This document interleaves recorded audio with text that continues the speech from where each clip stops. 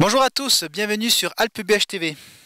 Alors, vous pouvez vous demander ce que je fais là avec ces rondins de bois juste à côté. Alors, ces rondins de bois, ce sont des cibles. Ce sont des cibles et pourquoi? Alors, figurez-vous qu'il n'y a pas longtemps, j'ai trouvé une annonce sur la Ragne, une affiche. Je me suis dit, c'est pas possible. Cette affiche, c'est une blague ou quelque chose comme ça. C'était une affiche pour parler d'un club, un club de lanceurs de couteaux. Et alors effectivement, sur la Ragne existe un club de lanceurs de couteaux. Nous sommes ici à côté du club du tir à l'arc de la Ragne. Nous allons rencontrer donc Christophe qui va nous expliquer un peu c'est quoi ce sport de lanceur de couteau. Tu le dis hein, que c'est une pratique assez marginale. Effectivement, hein, c'est vrai quand on voit lanceur couteau, on pense souvent au cirque, des choses comme ça. Comment tu en es venu déjà là à devenir lanceur de couteau?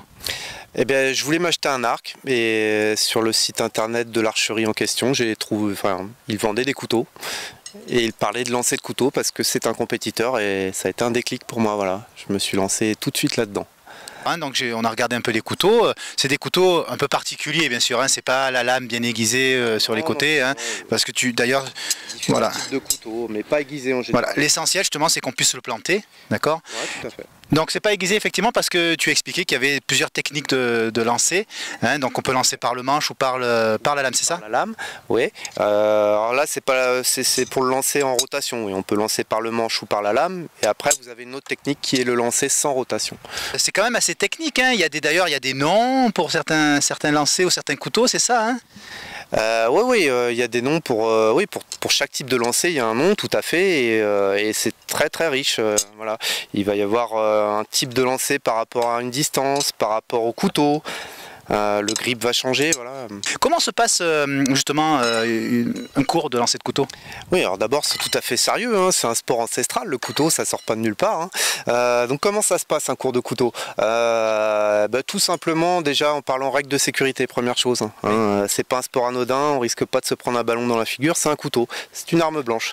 Donc voilà, des règles à respecter comme ne pas courir avec un couteau, comme par exemple tous lancer à la même distance. Il n'y en a pas un qui lance à 7 mètres pendant que celui d'à côté lance à 3 mètres.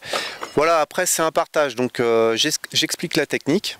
On commence toujours par le lancer de rotation qu'on appelle le lancer conventionnel parce que c'est beaucoup plus accessible. Et voilà, après on évolue ensemble, on corrige les inconvénients, les fautes de lancer et puis on évolue. Voilà, j'ai 2 adhérents là qui ont fait d'énormes progrès en quelques mois. Pendant qu'on a filmé les images un peu des entraînements, effectivement, on peut voir le couteau qui peut partir loin et même des fois même derrière le lanceur. Hein. C'est assez impressionnant. C'est quand même assez. Il y a une manière de faire. C'est ça pour lancer. Comment ça se passe? Parce que j'ai vu, il y a un peu comme au baseball, non? Tout à fait, alors suivant la technique, bon, le mouvement du bras est toujours un mouvement assez sec. On ne parle pas de force, mais il y a un aspect vitesse, vitesse de lancer avec le bras, vitesse d'exécution.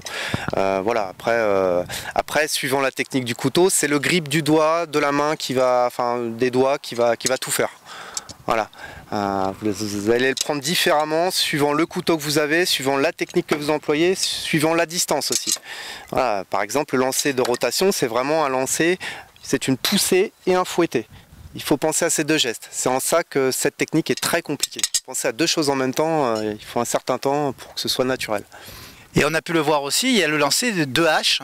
Alors qui est aussi assez technique parce que tu peux lancer la hache par le côté du manche et aussi à l'envers, hein, comme on peut voir, hein, ça aussi c'est technique. Pas exactement à l'envers, hein, on la tient toujours par le manche, par contre effectivement le fer peut être face à la cible ou ce qu'on appelle inversé, derrière vous, suivant la distance. Voilà, c'est de la balistique, hein, voilà. Et suivant les gens ça va changer, hein, mais plus ou moins on va dire par exemple la hache c'est fer devant à 4 mètres, vous allez faire un tour, voilà. Et le lancer de couteau, ça fait donc aussi partie des arts martiaux, c'est ça hein? Oui, tout à fait, c'est dans la continuité des arts martiaux. Au Japon, on appelle ça le do. Bon, je ne suis pas un spécialiste, mais c'est dans la continuité des arts martiaux. Vous connaissez tous le shuriken, les étoiles, mais les couteaux traditionnels, voilà, ça se lance aussi. De toute façon, voilà, hein, l'homme a commencé à chasser avec des cailloux, des bâtons, et puis rapidement, il a fabriqué ses outils, hein, l'arc, le couteau, voilà. Ça vient de très très loin. C'est quelque chose qui s'est un peu perdu au niveau du couteau, mais qu'on essaie de faire revenir depuis une quinzaine d'années. Et voilà. C'est une pratique qui est quand même assez difficile à maîtriser, non? Je dirais oui, non, ça dépend des personnes. Il y a 3 semaines, j'ai appris un gamin de 7 ans Alors moi j'avais mis la barre à 9 ans et finalement si l'enfant est réceptif, qui prête attention aux normes de sécurité, il n'y a pas de problème. Ses 4 premiers lancers, il a lancé les 3 premiers couteaux.